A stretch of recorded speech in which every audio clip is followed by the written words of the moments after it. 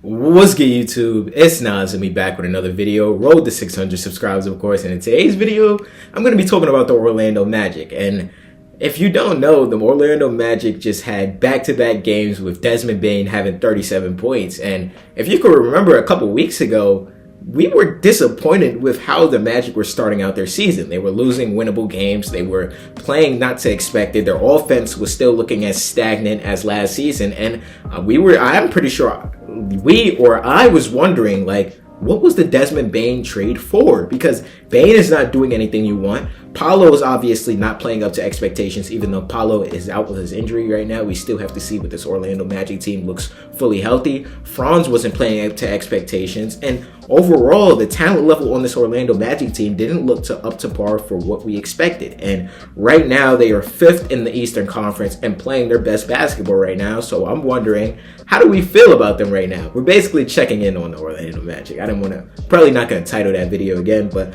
the Magic have won, I'm pretty sure, like 6 straight games. They beat the Bulls last night. They beat the Knicks, they beat the Knicks. They beat the Wizards. They beat the Clippers. Yeah, there's a lot of games which obviously you would expect them to lose, and right now they're really looking like a top tier team, and which was expected out of them for having the level of talent on their roster. You obviously got Paolo, you got Desmond Bane, Goga Batate, who's been playing backup minutes, good backup minutes actually.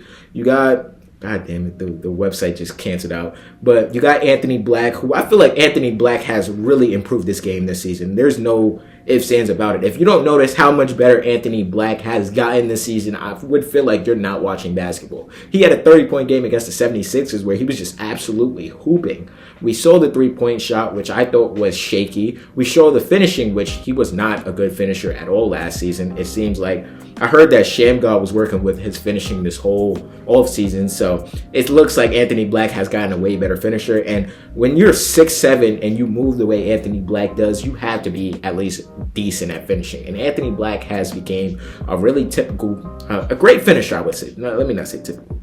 You got Jamal Cain, you got Wendell Carter Jr., who's really, he's shown that he could be a starting caliber center. I didn't think Wendell Carter Jr. had it in him after the last couple seasons, but right now he improved his jumper. Obviously, he's always had a jumper, but I really felt like it was shaky. But now I'm pretty sure he could hit 1-3 a game, right? I'm pretty sure like 2 years ago or a year ago, I was betting his under on threes. I'm gonna keep it a bug with you. It said 0.5, and I was betting the under every time, and that bitch was hitting. So it's good that Wendell Carter Jr. expanded his game. Tristan DeSelva, who's been playing great minutes for this team. We got Jed Howard, who him and Jace Richardson came off the bench one time against the Boston Celtics this season. I'm pretty sure it was last week or 2 weeks ago. And they almost carried the Orlando Magic back to winning that game against red-hot Jaylen Brown. So that should just show you the future of this Orlando Magic team, even when or if you decide to move off Paolo Banchero or Franz Wagner, one of the two. One of those two will be ready to step up, and Jace Richardson and Jed Howard. But Jonathan Isaac, who's always been this switchable defender. You got Tyus Jones, who really hasn't played up to expectations, but he'll probably be the likely person that I see moved if it's the Orlando Magic making a deal at the trade deadline. Noah Penda, Jace Richardson, I just talked about him. Orlando Robinson, Jalen Suggs. I will get into Jalen Suggs, Franz Wagner, and Mo Wagner, who's yet to play a game this season. But even when looking at, obviously, Franz Wagner, we know Franz Wagner made his case last season, basically a breakout with Paolo Banchero being out with injury, and Franz proved that he could be the number one option, and he might be the best player on this team. Franz Wagner this season is averaging 23 points per game, 6.5 rebounds, and 3.5 assists. And really, there's games where he doesn't look up to par, but the games where he steps up, he proves why, oh, okay, maybe you are 1A. And Franz last game against the Bulls, he had 25. The game before, he had 21. The game before, he had 21. The game prior to that, he had 15. And the game prior to that, he had 37. So Franz continuing to stay consistent will obviously take him into the long haul. But you got Jalen Suggs, who's really became a starting point guard, which obviously I was a little stagnant on his offense. Can he produce at the point guard position, which the Orlando Magic need offense at the point guard position? I think we all know, if you're watching this video, how good Jalen Suggs is on the defensive side of the ball, but it's obviously offense. And really, I feel like Jalen Suggs has improved this game this season. Like, Jalen Suggs this season, he's averaging 13.5 points per game, 4 rebounds, and 5 assists. And I feel like the stats are not saying enough what he really does on a nightly basis for this team. Because when that three-point shot is working, shit, like you're in trouble. Like it's going to be really hard to beat the Orlando Magic on days like when Jalen Suggs' 3-point shot is going. And I'm pretty sure he has a few 20-point games this season. Like against the 76ers, he was on pace to have a great game before getting ejected when he squared up with Andre Drummond. He had 4 points and 11 assists, still making his impact on the game. Yesterday against the Bulls, he had 10 points, 4 rebounds, 4 assists, and 5 steals. Against the Pistons, he had 14 and 4. Against the Knicks, he had 26 points. Against the Los Angeles Clippers, my bad, I'm stumbling on my words. I just had to do something. But he had 23.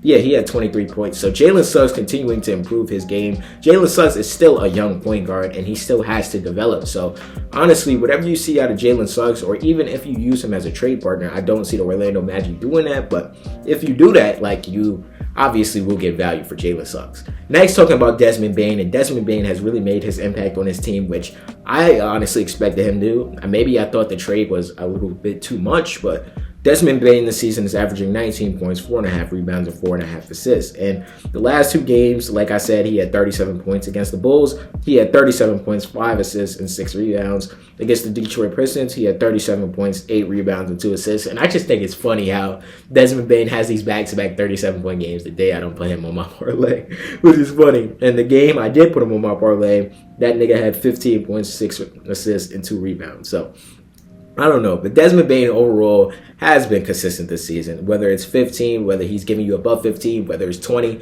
they're going to need Desmond Bane's offense. And you're obviously going to need Desmond Bane's 3-point shot because that's what you got Desmond Bane ultimately for him to expand your game, expand your offense, and really the level of talent that the Orlando Magic have on the offensive end. It's really not that good. So you need Desmond Bane to provide the scoring outburst, which he did in a season where John Morant was out and he averaged 25 points. They need that from Desmond Bane. But ultimately, I wonder what this team looks like with Paolo Banchero. Hopefully, Paolo doesn't hold them back because obviously they were losing games with Paolo on the roster, and it wouldn't look good if Paolo returned and they start losing again. So I don't know. And really on the defensive side of the ball, I'm pretty sure we all know Orlando Magic is a top tier defense for the last 2 seasons. Like they're allowed to be physical with you, and when they're physical with you, like that's where they want you. Like I don't know, that might sound crazy, but when you see them hacking, when you see them in your face, that's how you know you're playing on their level, you're playing on their turf. And really, when you let that happen, it can be dangerous. But let me know how y'all feel about the Orlando Magic start to the season. Let me know how y'all feel about Desmond Bane and Franz Wagner and their duo. And let me know if you think Paolo Banchero is really holding this Orlando Magic team back. Let me know down below. Subscribe.